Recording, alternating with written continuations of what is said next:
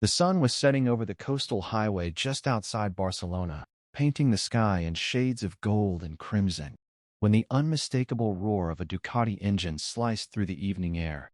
Heads turned. Conversations paused. The machine itself was a masterpiece, sleek, black, and aggressive. But what truly caught people's attention was the rider. A black woman, poised and confident, her posture upright, her movements precise, her presence undeniable. She wasn't just riding the Ducati, she owned it. Her name was Amara Okoye. She didn't ride to be seen, she rode to breathe. But not everyone saw freedom when they looked at her. Officer Javier Ruiz had been sitting in his patrol car for nearly 20 minutes, watching traffic crawl past. He was tired, irritated, and quietly simmering with the kind of prejudice he'd never admit out loud, but wore like a second skin. When he heard the Ducati, his eyes narrowed even before he saw her, and when he did, something inside him hardened. He flipped on his lights. Amara noticed immediately. Her jaw tightened, but she didn't panic. She signaled calmly and pulled over to the shoulder, cutting the engine. Silence rushed in, heavy and expectant. Ruiz stepped out of his car slowly, adjusting his belt, already forming conclusions he hadn't earned. "License and registration," he said sharply, without greeting. Amara removed her helmet, revealing a calm, composed face. "Of course, officer." Her voice was steady, too steady for his liking. As she handed over the documents, Ruiz glanced at them briefly, then back at her, skepticism dripping from his expression. "This your bike?" Amara met his gaze.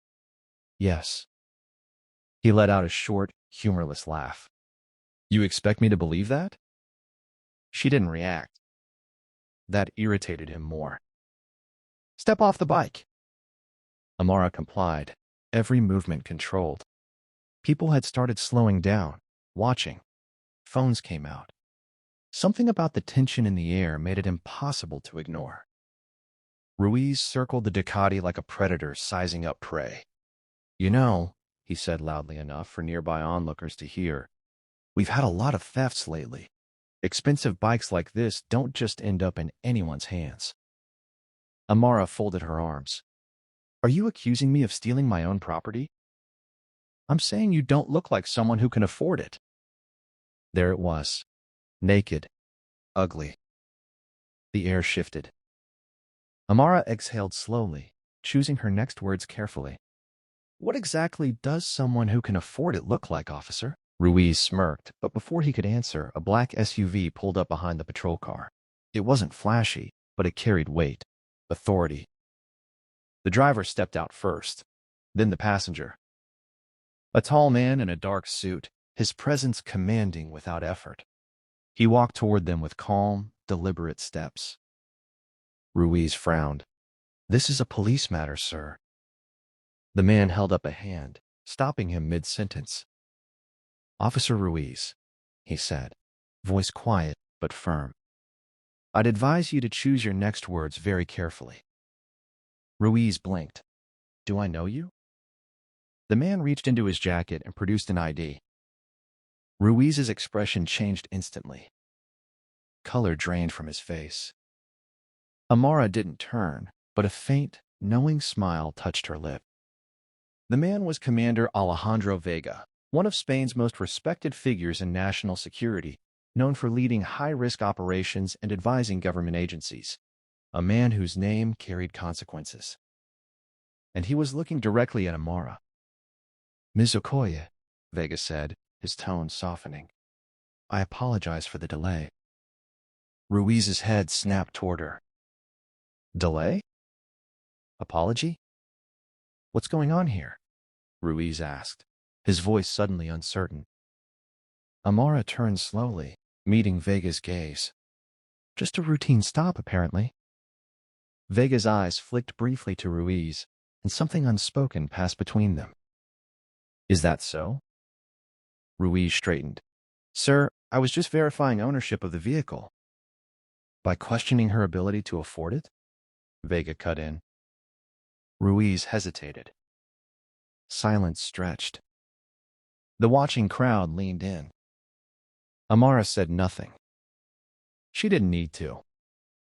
Vega stepped closer to Ruiz, lowering his voice, but not enough to avoid being heard entirely. Do you have any idea who you're speaking to? Ruiz swallowed. No, sir. That, Vega said quietly, is the problem. He turned slightly, gesturing toward Amara. Dr. Amara Okoye, lead systems engineer on the European Defense Satellite Initiative, the woman responsible for designing the encryption protocols that protect half this country's classified communications.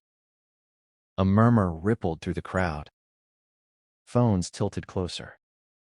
Ruiz stared at her, disbelief crashing into realization. Amara held his gaze, not with anger, not with triumph, but with something far more unsettling. Disappointment. I didn't think it was relevant, she said calmly. Ruiz opened his mouth, then closed it again. Everything he thought he knew, everything he assumed, collapsed in an instant. Vega continued, his tone now edged with steel. She's also under temporary government protection due to the sensitivity of her work, which means your routine stop just became a matter of national concern. Ruiz's hands began to tremble slightly. I didn't know. No, Amara said softly. You didn't want to know. The words hit harder than any accusation.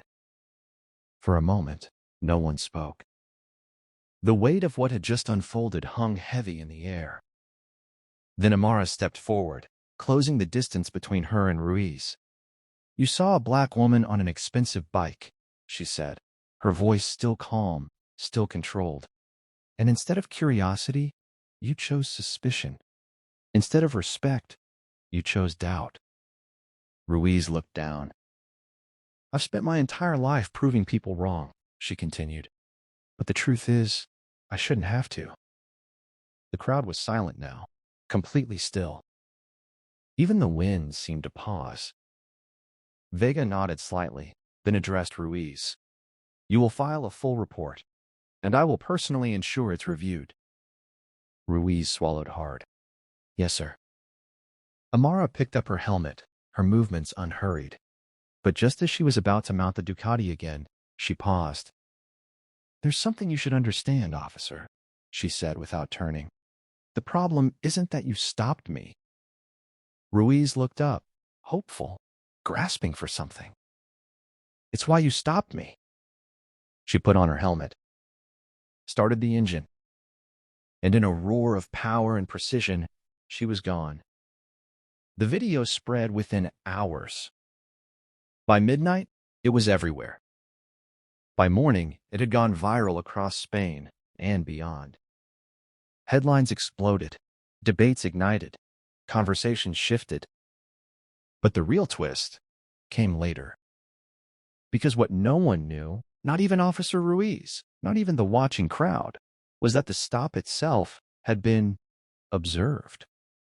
Not just by bystanders, but by internal affairs, by oversight committees, by people who had been tracking patterns of behavior, of bias, of decisions made in quiet moments when no one was supposed to be watching.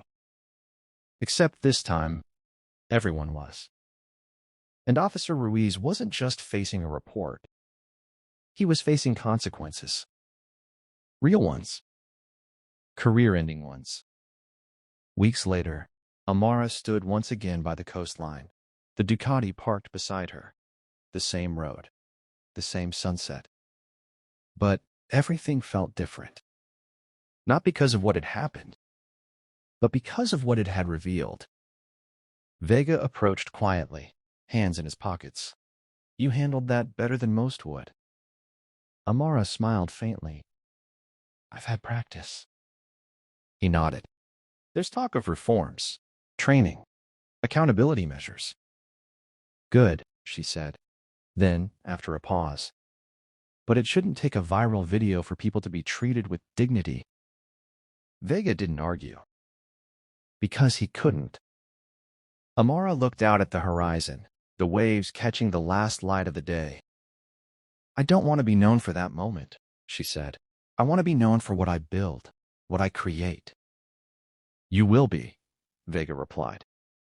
She exhaled slowly, then turned back to her bike.